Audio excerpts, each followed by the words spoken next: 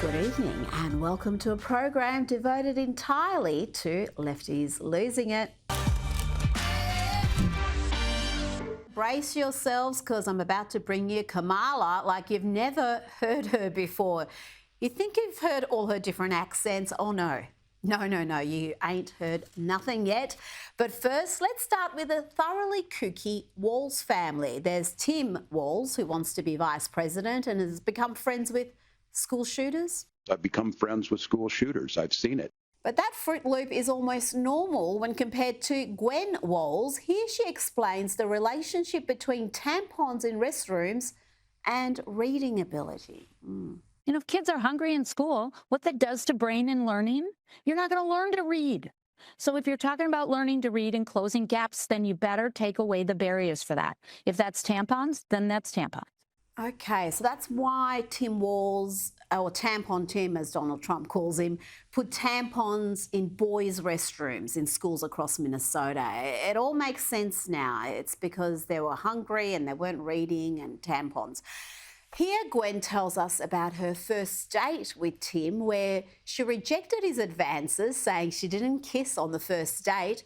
His response was to mock her, tell her to get out of his car, and then not call her for 3 days, despite saying he was going to marry her. Sounds like a keeper, Gwen. It was my policy. So he looked at me like, really? And then he said, well, all right then, because I'm going to marry you. Now get out of my car. That's so funny. Yeah, isn't it? I mean, I like looked at him, and then he didn't call me for 3 days. Did you see Katie Couric laughing and carrying on like this was the most romantic story she'd ever heard? Okay, let's get to Kamala Harris. Her campaign is faltering. She's losing men. She's already lost the sane women.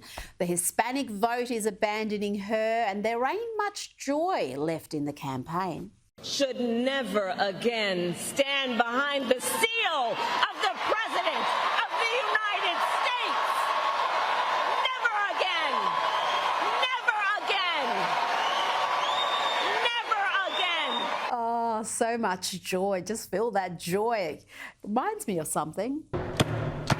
Blood alone moves the wheels of history. Kamala seems to even be copying Dwight's fashion choices. The colours are very similar indeed. And she must have thought that speech went really well because she's done it more than once. Here she is doing the same rant word for word in Atlanta. Get ready for more joy. Should never again stand behind the seal of the President of the United States of America.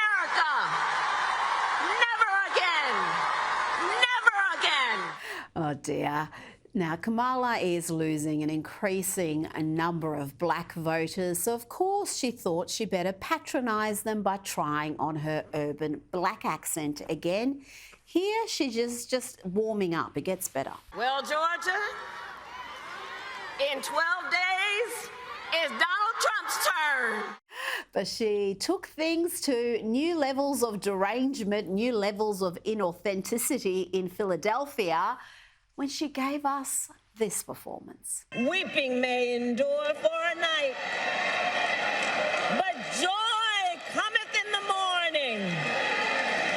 The path may seem hard, the work may seem heavy, but joy cometh in the morning, and church morning is on its way.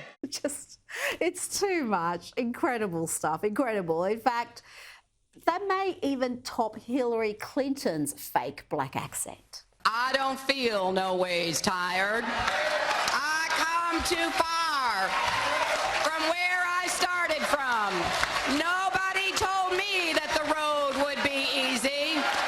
I don't believe he brought me this far to leave me. How insulting. And if you really want insulting, then get this from Michelle Obama berating Americans for not backing the mediocre, incompetent, far-left radical Democrat. I got to ask myself, well, why on earth is this race even close? I lay awake at night wondering what in the world is going on. And it's clear to me that the question isn't whether Kamala is ready for this moment because by every measure, she has demonstrated that she's ready. The real question is, as a country, are we ready for this moment? You know, this Democrats' campaign is so toxic, it's even making a joke of former legends, like former legend of rock, Bruce Springsteen. Look what's become of him. Well, I'm just about starving tonight. I'm dying for some action. I'm sick of sitting around here trying to write this book. I need a love reaction.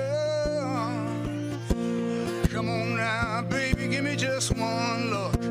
You can't start a fire sitting around crying over a broken heart. Oh, that was painful, and it got worse. Now, the Democrats' propaganda arm is also looking increasingly unhinged. Here is Jake Tapper of CNN claiming that his network didn't incessantly push the Russian collusion hoax. Watch this exchange with J.D. Vance. You guys talked about the Russia hoax nonstop. The FBI was investigating it. The FBI was investigating it, so we covered them. And so you took the words of unnamed FBI agents and put them on your network as if they were the gospel truth. You did it again and again. A viewer of your network would have believed that Donald Trump and Vladimir Putin conspired in 2016. No. That was totally and preposterously false. No. Well, that's what you just said is right. false. He says no, but that is precisely what CNN did, including old mate Jake. Here's just a little reminder of Jake pushing Russia hysteria. President Trump has gone to, quote, extraordinary lengths to keep specifics about his meetings with Russian President Vladimir Putin secret, even keeping them from top members of his own administration. Take a listen to how President Trump responded Saturday night when asked directly if he has ever worked for Russia. I think it's the most insulting thing I've ever been asked. I think it's the most insulting article I've ever had written. The president did not directly answer the question. It's a stunning turn of events. Do you think the president of the United States ever worked on behalf of the Russians against American interests? I regret to inform you that Robert De Niro has gone fully demented again. You'll remember his various anti-Trump rants, deranged, bile-filled attacks that show that De Niro is suffering from an advanced case of Trump derangement syndrome. It makes me so f***ing angry. That we're here talking about a piece of like Donald Trump. Ah, what a charming man. Not at all bitter or insane, is he? You know what? He's like the male Whoopi Goldberg. And talking about Whoopi, here she is claiming that Donald Trump will deport the coloured wives of white men. He'll break up interracial marriages and will then marry off the white men to new wives. Talking about you, it's us. He's not going to say, oh, you're with a white guy, I'm going to keep you from being deported. No, he's going to deport you and put the white guy with someone else. The man is out there. What can you say about these people? They really should have never closed those asylums. And while we're on The View, let's have a look at this meltdown from Sunny Hostin, who blames Donald Trump personally for a joke told by comedian Tony Hinchcliffe at Madison Square Garden. This Puerto Rican has something to say about the island that I love, where my family is from. Puerto Rico is trash. We are Americans, Donald Trump. Why are you telling Donald Trump? It was a comedian who made the joke, this joke. Like, I don't know if you guys know this, but there's literally a floating island of garbage in the middle of the ocean right now. Yeah. I think it's called Puerto Rico. Okay, all right, okay. Yep, it was Tony's joke. He's a comedian. He got a mixed response from the crowd for that joke. Do we expect folks to change their vote because of a joke about Puerto Rico? Well, Sunny Hostin expects it, and in this rather hysterical diatribe, she again seems to mislead her dim audience, giving them the impression that it was Donald Trump who told that joke. We vote Donald Trump trash. And by the way, Jennifer Lopez, Ricky Martin, Bad Bunny, Luis Fonsi, and Mark Anthony have over 345 million followers on Instagram. I think you only have 26 million, since you care so much about size. And we don't like what was said about Puerto Rico. And we know how to take the trash out, Donald Trump. Trash that has been collecting since 2016. And that's you, Donald Trump. Oh, tone down the hyperbole, love. You're going to hurt yourself. Now, for the record, most Latinos that I know of, not the celebs she mentions, most Latinos have a pretty good sense of humour. They're not easily offended. They're not snowflakes. And they probably know that Puerto Rico has a significant trash problem, has had for many years. In any case, it was a joke. I don't recall the Democrats, including the likes of The View's Sunny Hostin, having a tantrum over this joke told recently at a Kamala rally, suggesting that Mexicans are thieving miscreants. Donald Trump said he was going to build a wall, and George Lopez said, you better build it in one day, because if you leave that material out there overnight.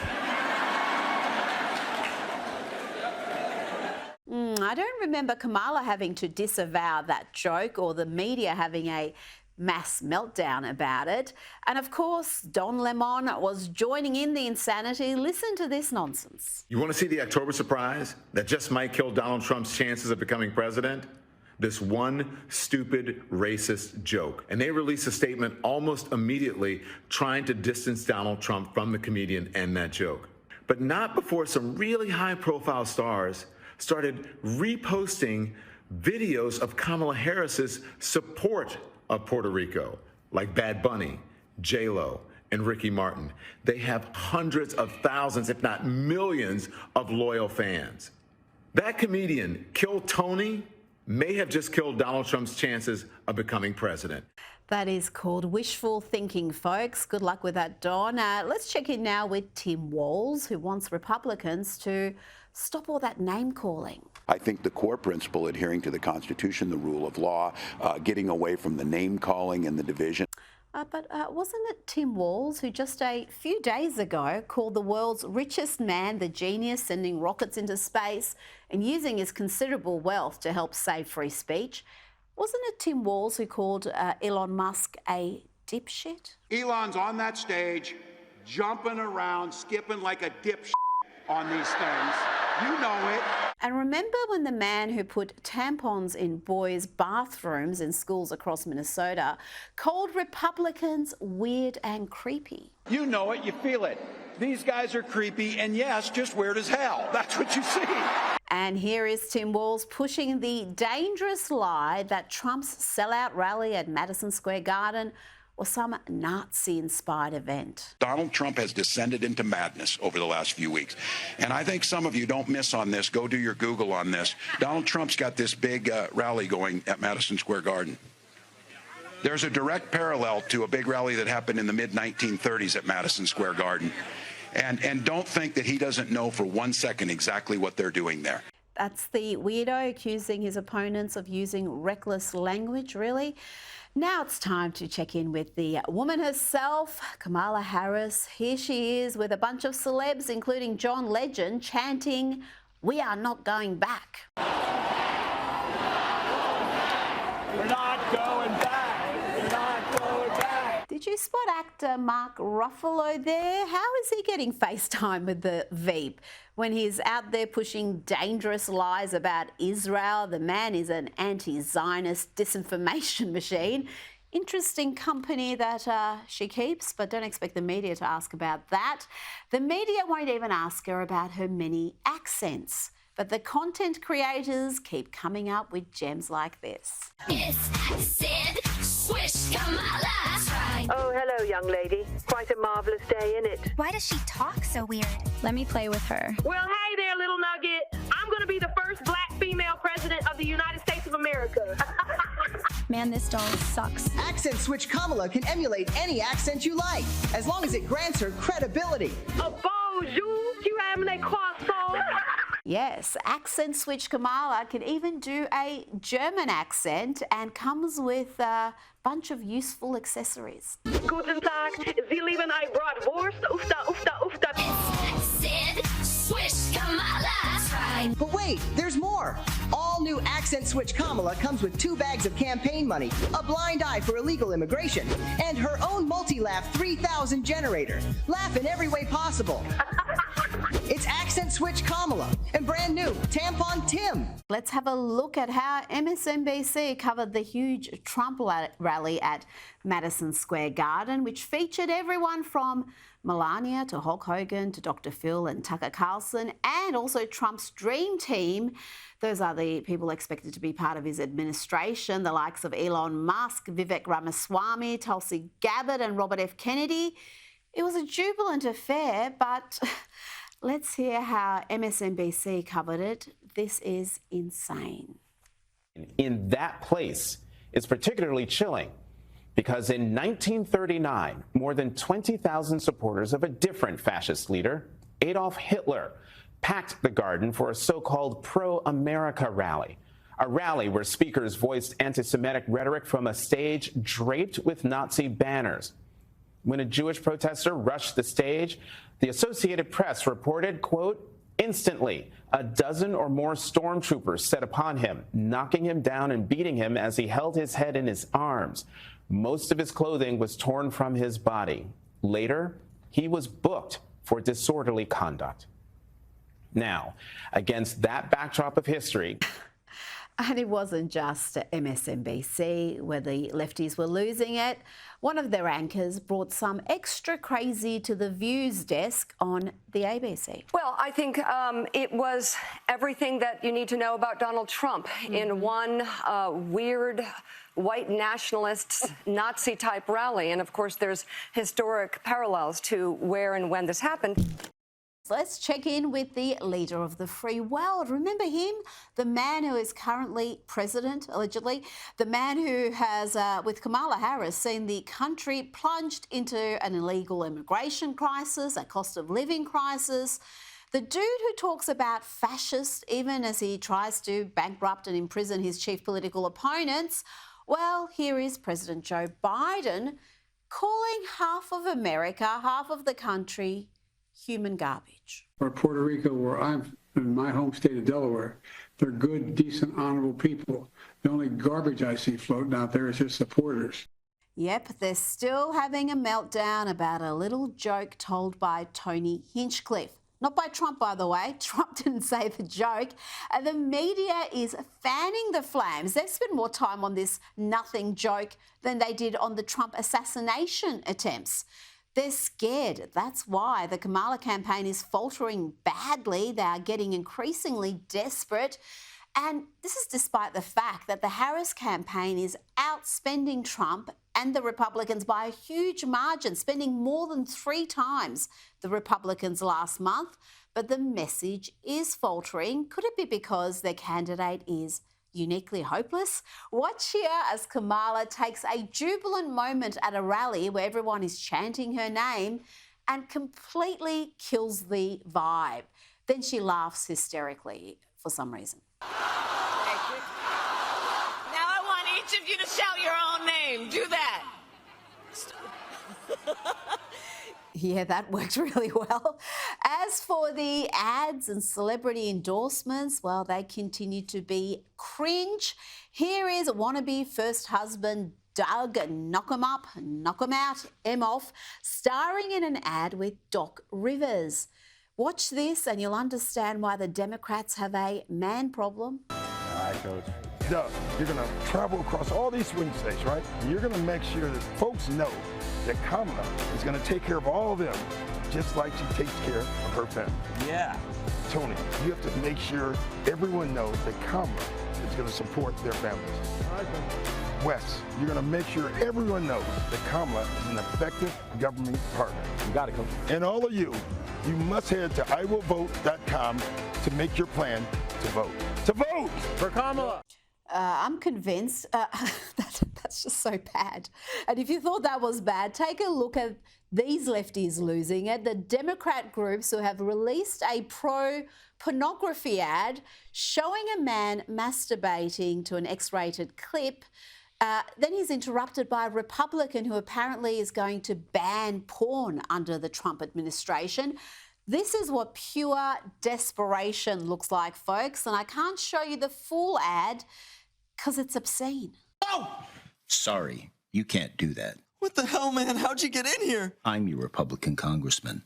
Now that we're in charge, we're banning porn nationwide. You can't tell me what to do. Get out of my bedroom, you creep. I won the last election, so it's my decision. I'm just gonna watch and make sure you don't finish illegally. Oh dear. Yeah, I can see why they have a man problem. But there are white dudes for Kamala, and a lot of them need help. Check out this one, broken by Trump derangement syndrome. What's your biggest obstacle in life right now? My biggest obstacle in life? Trump. Trump, absolutely. So do you wake up and think about him? Yes, constantly, every day. Do you go to sleep and think about him? Yes, every day.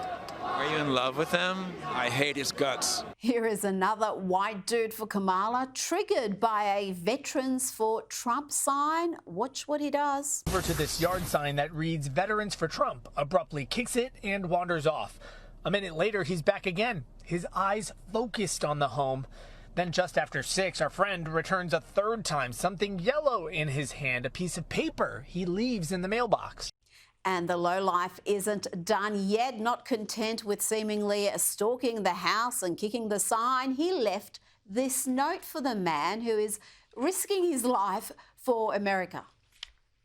It talks about how I was a disgrace to my country and a disgrace to the U.S. military because of my choice in candidate. And, you know, at the very end of the letter, he actually tells me to go to hell.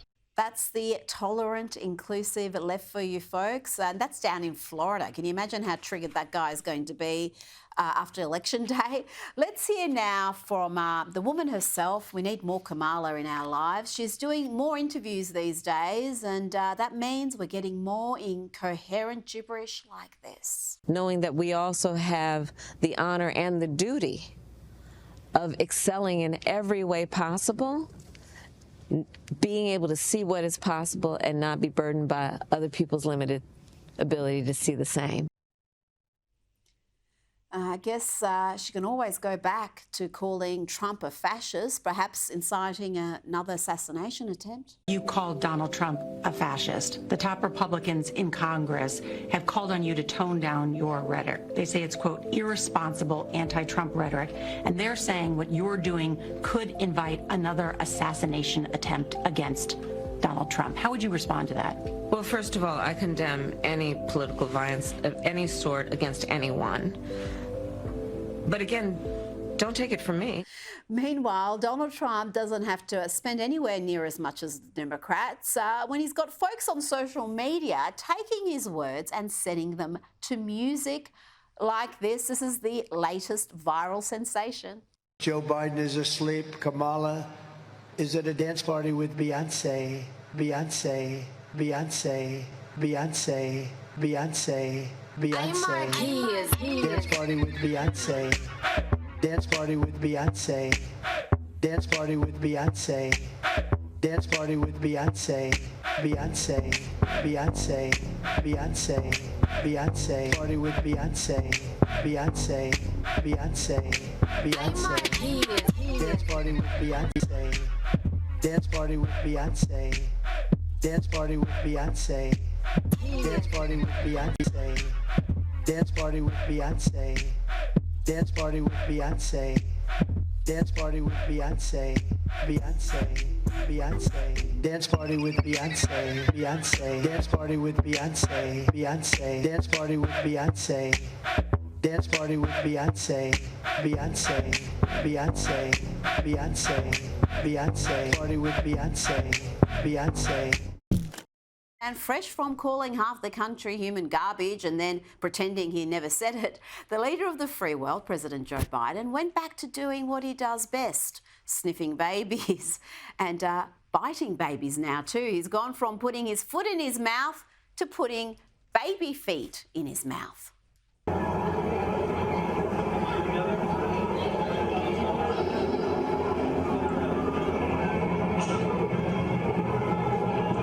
He's putting the whole thing in his mouth multiple times, my gosh.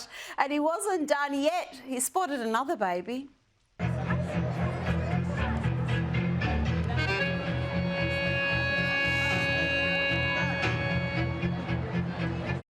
Oh, there you go. He's back to sniffing them, back to doing what he's most comfortable with. Just totally normal behaviour. Meanwhile, the Veep, the woman who wants to be leader of the free world, is out there spewing the most outrageous lies. Here she is in Pennsylvania earlier today. And look, Donald Trump's not done. He would ban abortion nationwide. Yes, even here in Pennsylvania, if he were successful.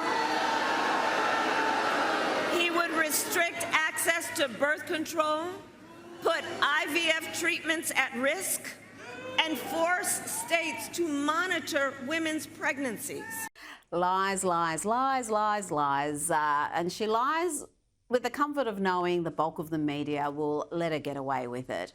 Meanwhile, Trump is turning Biden's comments and the Democrats' hysteria into another iconic campaign moment. How do you like my garbage truck? This truck is in honor of Kamala and Joe Biden. He then answered questions from the truck. It was a press conference, more robust press conference than Kamala faces. And then he said this to a rally at Wisconsin today. 250 million Americans are not garbage. That's it from me. I'll see you 9 a.m. Sunday morning for Outsiders. Good night.